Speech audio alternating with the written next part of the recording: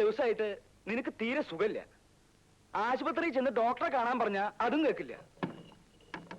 ഞാൻ അരയ്ക്കാം ചേച്ചി.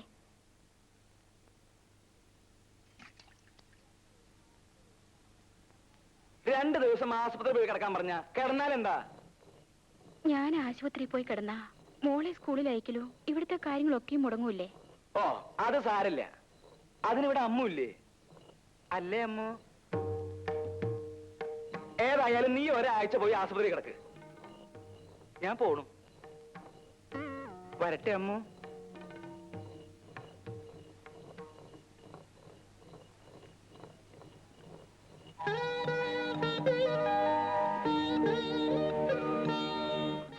നിന്നെ ആരുടെയെങ്കിലും കയ്യിലേൽപ്പിച്ചാലേ എനിക്ക് സമാധാനമുള്ളൂ. ആശുപത്രി പോയി കിടക്കാൻ പറഞ്ഞത് എന്തിനാണെന്ന് എനിക്കറിയാം. നിന്റെ ചേട്ടന്റെ സ്വഭാവം അങ്ങനെയായി പോയി. ചേച്ചി ഒന്നുകൊണ്ട് വിഷമിക്കണ്ട. എന്നെ സൂക്ഷിക്കാൻ എനിക്കറിയാം ചേച്ചി.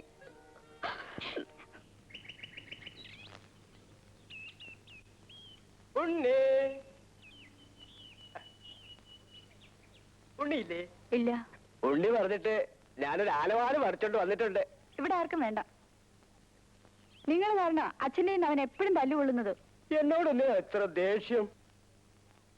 ആനവാല് തന്നേക്കട്ടെ, കൊടുത്തേക്കാവോ? ഇവിടെ ആർക്കും വേണ്ടെന്ന് പറഞ്ഞില്ലേ?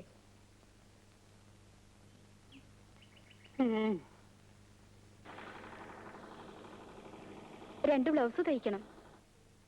തയ്ക്കാലോ, അകത്തേക്ക് കയറൂ, അളവെടുക്കാം. അളവ് ബ്ലൗസ് ഞാൻ കൊണ്ടുവന്നിട്ടുണ്ട്. അത് കഴിഞ്ഞ ഓണത്തിന് തയ്പ്പിച്ച ബ്ലൗസ് അല്ലേ, അത് ശരിയാവില്ല. ഓരോ ബ്ലൗസ് തയ്ക്കുമ്പോഴും അപ്പപ്പ അളവെടുക്കണം, എങ്കിലും നന്നാവൂ. അകത്തേക്ക് പൊക്കോളൂ. ഇങ്ങോട്ട് വരിക,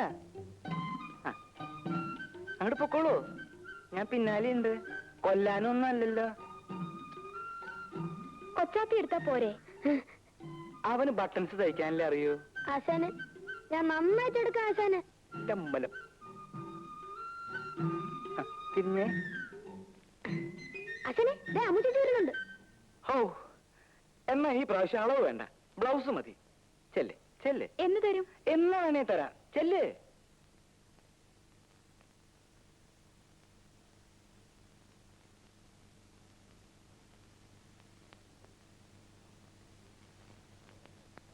അമ്മൂട്ടിക്ക് ഇതിലേതാ ഇഷ്ടം? എന്തിനാ നീ പറയുന്നേ? ശരാ, എന്നാ ഇതുകൊണ്ട് നിനക്ക് ഞാൻ നല്ലൊരു ബ്ലൗസ് തയ്ച്ചു തരാം. ഇത് ഓരോരുത്തരും തയ്ക്കാൻ കൊണ്ടുവന്ന തുണിയല്ലേ, എനിക്കൊന്നും വേണ്ട. നീ ഇതിട്ട് നടന്ന നല്ല ചന്തായിരിക്കും. ആശാനെ അളവ് എടുക്കണോ? ഇടയ്ക്ക് സംസാരിക്കരുത് ഞാൻ പറഞ്ഞിട്ടില്ലേ? ഇത് ഞാൻ നിനക്ക് തയ്ച്ചോണ്ട് വരും കേട്ടോ. എനിക്ക് വേണ്ടെന്ന് പറഞ്ഞില്ലേ?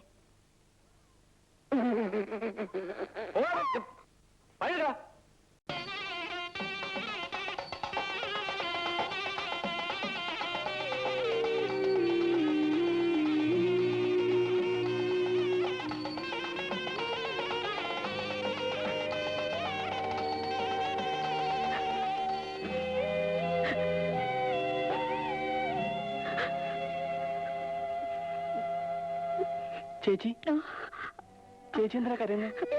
ഞാൻ കരഞ്ഞില്ലല്ലോ. ജാനുവിന്റെ കല്യാണത്തിന് ചേച്ചി പോയില്ലേ? ഇല്ല. എന്താ ചേച്ചി പോവാത്തെ? ചേച്ചിക്ക് ഇഷ്ടമല്ലാഞ്ഞിട്ടാ? അതല്ലുണ്ണി, ഞാൻ അവിടെ ചെല്ലുമ്പോ ഓരോരുത്തരും ചോദ്യം ഉണ്ടാവും. കല്യാണമൊന്നും ആയില്ലേ, എന്താ നടത്താത്തെന്നൊക്കെ. എന്നെ കൊണ്ടാവില്ല, പറഞ്ഞു പറഞ്ഞ് മടുത്തോ. ചേച്ചിയുടെ കല്യാണം അച്ഛൻ നടത്താഞ്ഞിട്ടല്ലേ?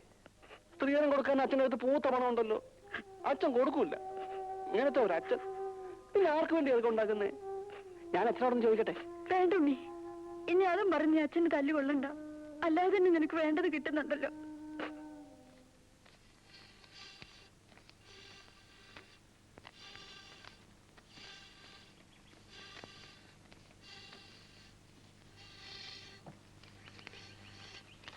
അപ്പൊ കണക്കെല്ലാം ശരിയല്ലേ?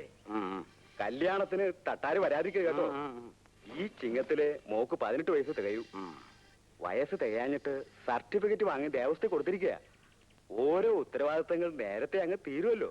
അപ്പൊ ഗോപാലനാർ ഇറങ്ങല്ലേ? ഓ ശരി, എന്നാ ചെല്ലേ.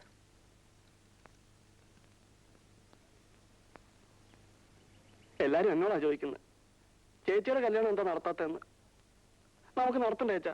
ആങ്ങളുടെ കാശുണ്ടായിരുന്ന നേരത്തെ അങ്ങ് നടത്തിക്കൂടായിരുന്നോ? എന്റെ കാശില്ല. അച്ഛൻ്റെ അടുത്ത് പൂത്ത പണമില്ലയോ? ഇവിടെ വരുന്നവർക്ക് പെണ്ണിനല്ലേ പണമല്ലേ വേണ്ടത്? അച്ചിട്ടാര് പൊന്നും പണം കെട്ടി വെച്ചിരിക്കല്ലേ വാരിക്കോരി കൊടുക്കാൻ. അച്ഛനിങ്ങനെ പണം കൊട്ടി പിടിച്ചോണ്ടിരിക്കുന്നതിനാ? ചത്തു പോകുമ്പോ കൊണ്ടുപോകാൻ പറ്റുവാണോ? മിണ്ടാതെ അവിടെ നിന്ന് പടതോണം. അച്ഛനിങ്ങനെ നാട്ടുകാരെ പറ്റിച്ച് കാശ് വാങ്ങിയാലേ അതിന്റെ ശാപം മുഴുവൻ കിട്ടുന്ന മക്കൾക്കാ. കഴിവേറി നീ എന്നെ നേരെ സംസാരിക്കാതെ അല്ലടാ, അടിച്ച അസ്ഥിയാ ഓടിച്ചോളയും. ആ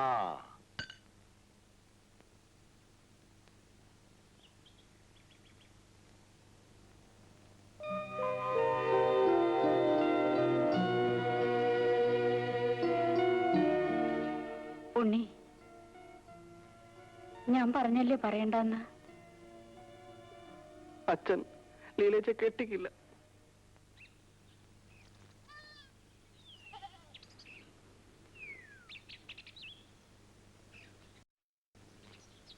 ഭാർഗവനെ,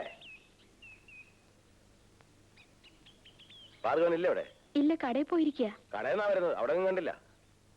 മുതലോ തരുന്നില്ല, 3-4 മാസമായി പലിശ നിന്നിട്ട്. ഇങ്ങനെ പോയാ എങ്ങനാ? അവൻ വരുമ്പോ പറഞ്ഞേര്. എന്താ ഇവിടെ കല്യാണം ഒന്നായില്ലേ? പലയിടത്തും പറയുന്നുണ്ട്, ഒന്നും ശരിയാവുന്നില്ല.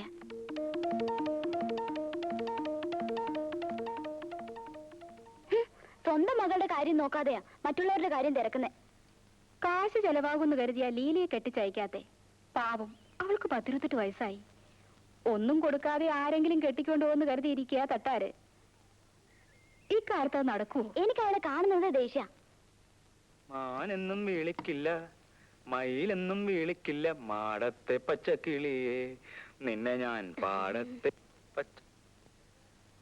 എടാ കൊച്ചാപ്പി, എന്താടാ ഈ തുണിയിലൊക്കെ കൊച്ചു കൊച്ചു ഹോള്? അല്ല, അതെന്തായിരിക്കും ആശാനെ? എടാ നീ ബീഡി വലിച്ചു കുത്തിയല്ലേടാ? അയ്യോ, ഞാൻ വല്ല നിർത്തി. എടാ കൊച്ചു കഴിവേരുടെ മോനെ, ഞാൻ അവർക്ക് നീ വേറെ തുണി മേടിച്ചു കൊടുക്കണല്ലോ. ഞാൻ സത്യമായിട്ട് വലി നിർത്തി. അങ്ങനെ നിന്നെ ഞാൻ ശരിയാക്കാം.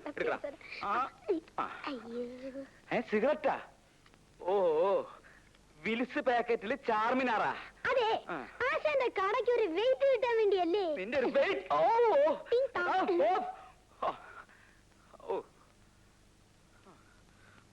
ഓരോരോ കള്ളന്മാര്.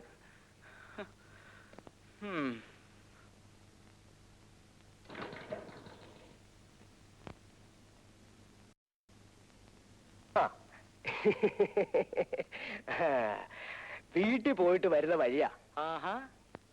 അനിയത്തി പെണ്ണിനെ ഒരു നല്ല കാര്യം ഞാൻ സെറ്റപ്പ് ചെയ്തിട്ടുണ്ട്. സിനിമാ കൊട്ടയിൽ ആപ്പറേറ്ററാ. കല്യാണം കഴിയുന്ന അന്ന് മുതല് നിനക്കും നിന്റെ സ്വന്തം ഭാര്യയ്ക്കും ഫ്രീ സിനിമ കാണാനുള്ള സെറ്റപ്പ് ഞാൻ ചെയ്തിട്ടുണ്ട്. അടുത്ത വ്യാഴാഴ്ച ചെറുക്കനും കൂട്ടരും പെണ്ണ് കാണാൻ വരുന്നതിനുള്ള സെറ്റപ്പും ഉണ്ടാക്കിയിട്ടുണ്ട്. വലിയ സ്ത്രീധനമൊന്നും കൊടുക്കാത്ത തരത്തിലുള്ള സെറ്റ്. ഒരു കാര്യം, അവൾ എന്റെ ഭാര്യയുടെ അനുജത്തിയാ. എന്നാലും ഉള്ളത് ഞാൻ പറയും. തനിക്കും കൂടി അടി കൊള്ളാതിരിക്കാനുള്ള സെറ്റപ്പിന് വേണ്ടിയാ ഞാൻ ഈ പറയണത്. നീ കാര്യം എന്താ വെച്ചാൽ അവൾക്ക് ഒരു ലവ് ഉണ്ട്, ഒരു പ്രേമം. നീയായിട്ട് അങ്ങനെ വെച്ചാ സാരില്ല. വീട്ടിലാവുമ്പോ ആരും അറിയില്ലെന്ന് വെക്കാം. ഇത് കേസ് കെട്ട് വേറെയാ. ആരാ? ഒരു പോലീസുകാരനായി. നീ പറഞ്ഞത് നന്നായി. ഞാൻ ഇപ്പൊ തന്നെ ചെന്ന് ഒഴിവ് പറഞ്ഞ് ഈ സ്ഥലം മാറ്റാം. അവന്റെ അമ്മയുടെ ഒരു സെറ്റപ്പും ഒരു ഓപ്പറേറ്ററും.